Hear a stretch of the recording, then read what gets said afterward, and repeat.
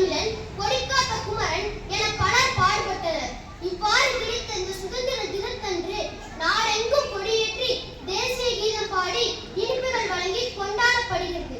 டெல்லி செங்கோட்டையில் மாண்புமிகு பிரதமர் அவர்கள் கொடியேற்றி உரையாற்றுவார்.